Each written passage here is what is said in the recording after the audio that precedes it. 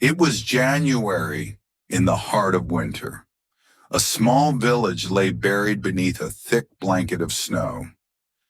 The wind howled through the narrow lanes, rattling wooden doors, and the night sky hung heavy with falling flakes that seemed to swallow every sound.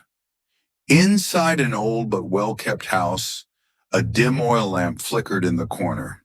An elderly midwife sat by the bed, whispering words of prayer as she prepared for the birth. Henry Wilson, a quiet, respectable man of the village, paced nervously on the porch, the boards creaking under his boots. His wife's cries pierced the air until they stopped. A chilling silence filled the room. The midwife bent over the newborn, but the baby did not cry. Henry rushed in, panic in his eyes. "What happened? Is she—" The midwife hesitated, glancing down at the tiny face. "This child," she whispered, "cannot live in the light." Henry's brow furrowed. "What are you talking about?" As if in answer, the baby's eyes slowly opened. Two dark, endless pools. The oil lamp dimmed until it was almost out. A cold, damp shadow seemed to fill the air. Henry shivered. The years passed, but Alyssa Wilson was never seen outdoors during the day. Her room was kept under heavy black curtains, and no sunlight ever touched her pale, moon-like skin.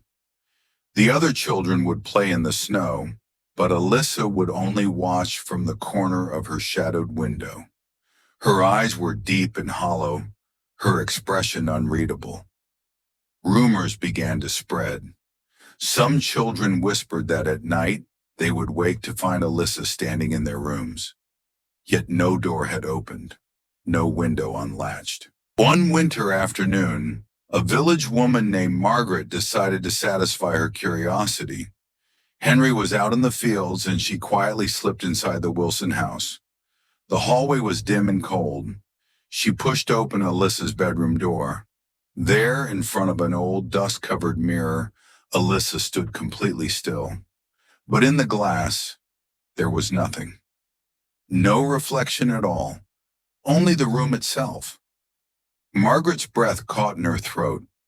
Slowly, Alyssa turned her head. Her eyes were fixed, unblinking, and so empty it felt like they were looking straight through her.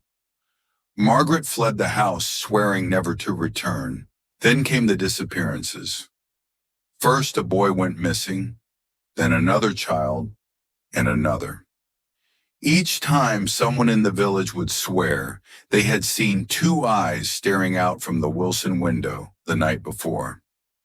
Parents began locking their doors with two bolts. The sound of children's laughter faded from the streets.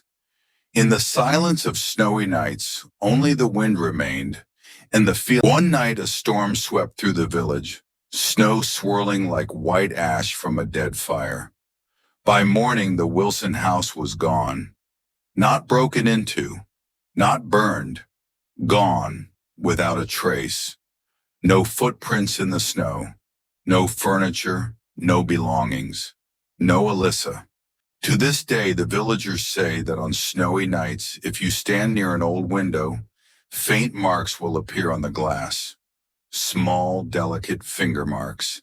And then, two empty, unblinking eyes will stare out from the darkness.